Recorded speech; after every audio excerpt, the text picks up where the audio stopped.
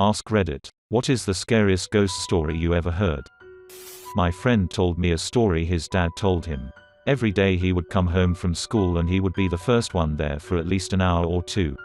One day he walked in the front door and the TV was on and instantly turned off. He stood in the doorway for a second, turned around and walked away. He didn't go back into the house until his parents came home. It gives me the heebies thinking about it. A young girl is playing in her bedroom when she hears her mother call to her from the kitchen, so she runs downstairs to meet her mother. As she's running through the hallway, the door to the cupboard under the stairs opens, and a hand reaches out and pulls her in. It's her mother. She whispers to her child, "Don't go into the kitchen." I heard it too. This story takes place in 1975. My grandpa was a farmer. He was living in a village and he had apricot trees in a field a long way out of the village. It was a small village, poor lit. Imagine how it was in the fields, you know, those villages with 100 permanent citizens. Well, the best time for watering in the summer is the night, so he went to water the trees. When he took the back home, remember it was a pitch black with no moon countryside, he saw behind him two shining eyes. What he thought it was a ghost. Terrified, he yelled and run and even throw rocks at it, but nothing happened. It kept following him. When it reached my grandpa, it turned out to be a stray little donkey. P.S. I know it is not the kind of the typical scary story, but imagine being alone in a pitch black field, smiley face. I don't need to tell you one that I've heard, but rather one that I've told before, and lived. To this day, I have no idea what happened. Have you seen those yogurt commercials starring Jamie Lee Curtis? As near as I can tell, the primary appeal of the product is that it will help you have a safe and happy bowel movement.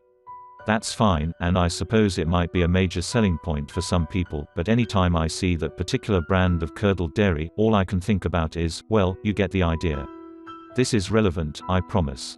So, I'm at the grocery store one day, intent on purchasing the supplies necessary to make the most amazing BLT on the face of the planet. One such ingredient is cream cheese, which, coincidentally, tends to be stocked right next to the yogurt. As I was searching for a suitable supply, this odd rumble became audible, almost like the growl of a wild animal laying in wait. At first, I ignored it, thinking it was nothing more than a piece of unseen machinery activating, but as it grew in volume, it took on a sense of being undeniably alive. I remember looking around, wondering if someone's service dog had detected a threat, but I was alone. That's when things got terrifying. The growl grew in intensity, and I could swear that I heard words accompanying it, saying something to the effect of "cover you in shit." As the last syllable was uttered, the yogurt exploded at me.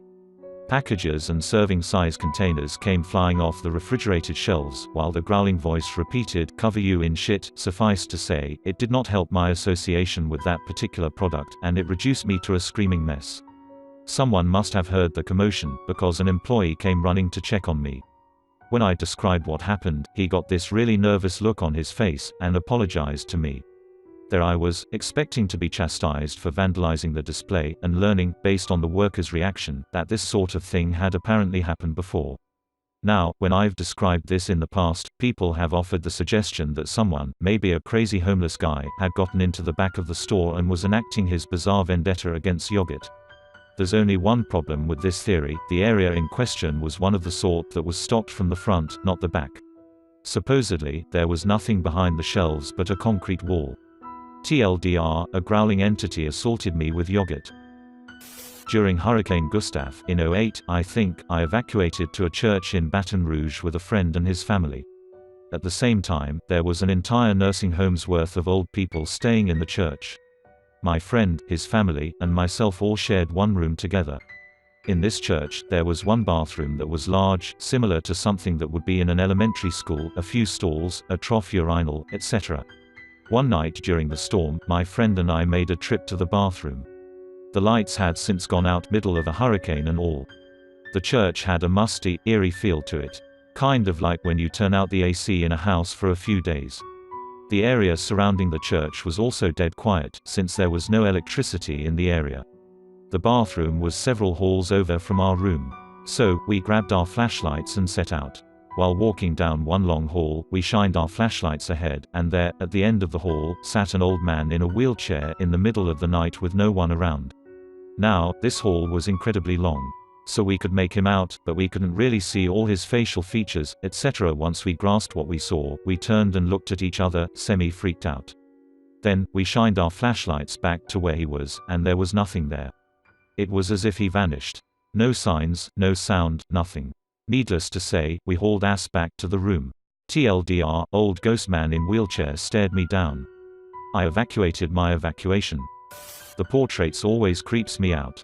There was a hunter in the woods, who, after a long day hunting, was in the middle of an immense forest. It was getting dark, and having lost his bearings, he decided to head in one direction until he was clear of the increasingly oppressive foliage. After what seemed like hours, he came across a cabin in a small clearing.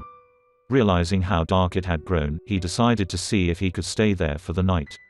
He approached, and found the door ajar. Nobody was inside. The hunter flopped down on the single bed, deciding to explain himself to the owner in the morning.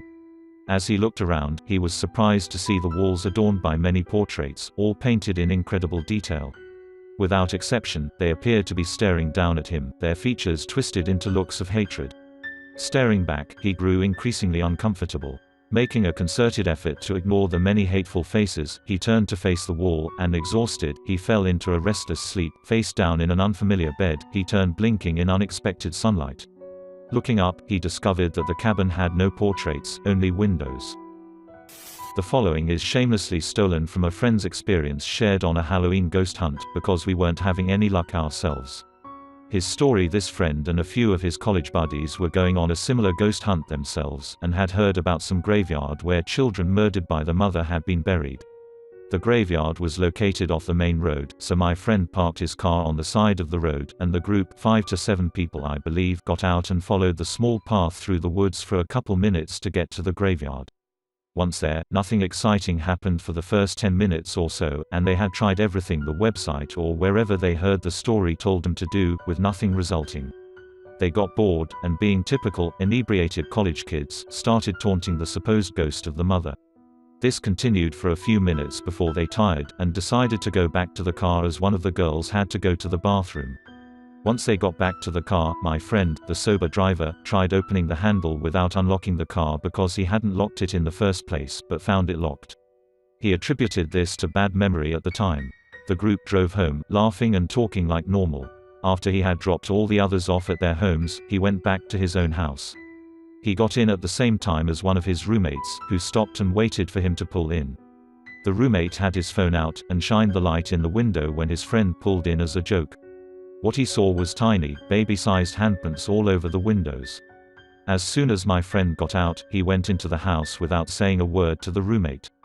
The roommate, confused, went back to the car and tried to rub one of the handprints. They were on the inside of the window. To this day, my friend will not speak of his drive home after he dropped off his other friends, and has since sold the car without ever driving it again. My own story: this one is from my own experience.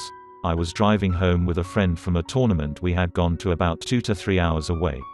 The whole weekend, it had been raining and storming very hard, and a lot of roads were flooded. This was Indiana, so a bunch of side roads and bridges were just gone. We had to reroute around 231, since a huge section of it was underwater from where a river had flooded. We ended up going through a few side towns and back roads that were a lot higher elevation away from other bodies of water.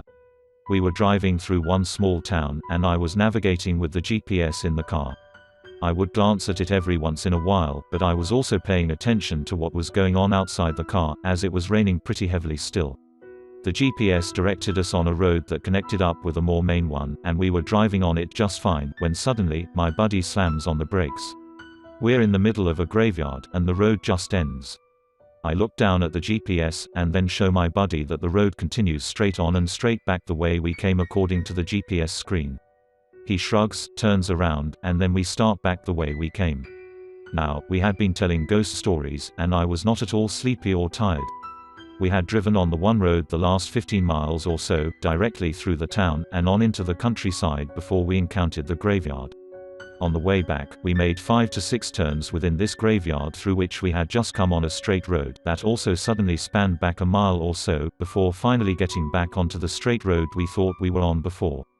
I looked at the GPS again, and it was rerouting. When it finished, the route it wanted us to take was make a U-turn and continue on County Road 200N for 10 miles. We both turned around in our seats, to confirm that we had indeed just driven through a huge graveyard, with many turns and twists in the road leading back into it. Instead, we saw the road dead-ended into a small graveyard. We immediately drove back to the town the opposite direction of the graveyard and took a different route home. Thank you all magnificent people. Leave your own stories below. If you enjoy the video, considering subscribe. I public video every day. Until then, check out my other video.